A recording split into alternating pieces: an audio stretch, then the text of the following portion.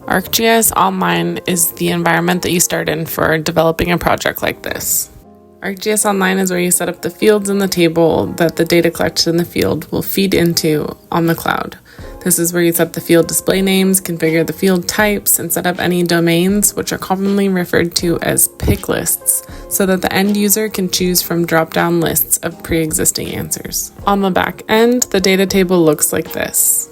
At the beginning of the project, Cole, Joan, and Allie determined how they wanted their data symbolized. They had some beach cleanup areas they wanted presented, and they wanted the trash points to get increasingly more red with the more trash that was reported. And from ArcGIS Online, the data is shared to field maps so that the end user can interact with it on their cell phone.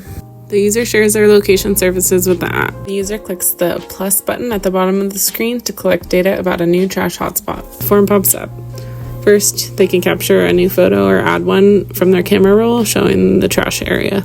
It asks for the volunteer's first name, the date that the point was collected, which predefined beach zone the trash was within, and asks the user to rank the trash quantity from high to low.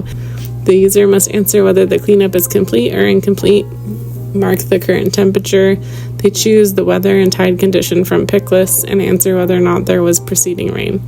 Some questions only appear if relevant based on other data entered.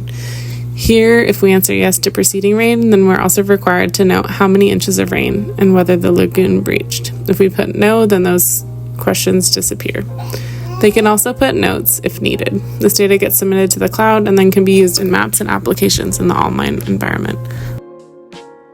The data is instantly available back in ArcGIS Online, where we can click and interact with it, see those photos and those fields filled out. Here's a look at an online application called an ArcGIS dashboard. The dashboard queries that data table, and we can create different modules to display different information. Dashboards can be easily embedded on websites. So if Surfrider wanted to have this on the Ormond cleanup page, this is something that could be configured. Here's also a draft dashboard for the completed hotspot cleanups. Volunteers who are using this process are instructed to change the cleanup status from incomplete to complete. Once that field says complete, an additional field pops up asking them to put the pounds of trash that were removed. So once that information is updated, this dashboard auto updates. So there will be a running total of completed hotspot cleanups as well as the total pounds that are associated with those.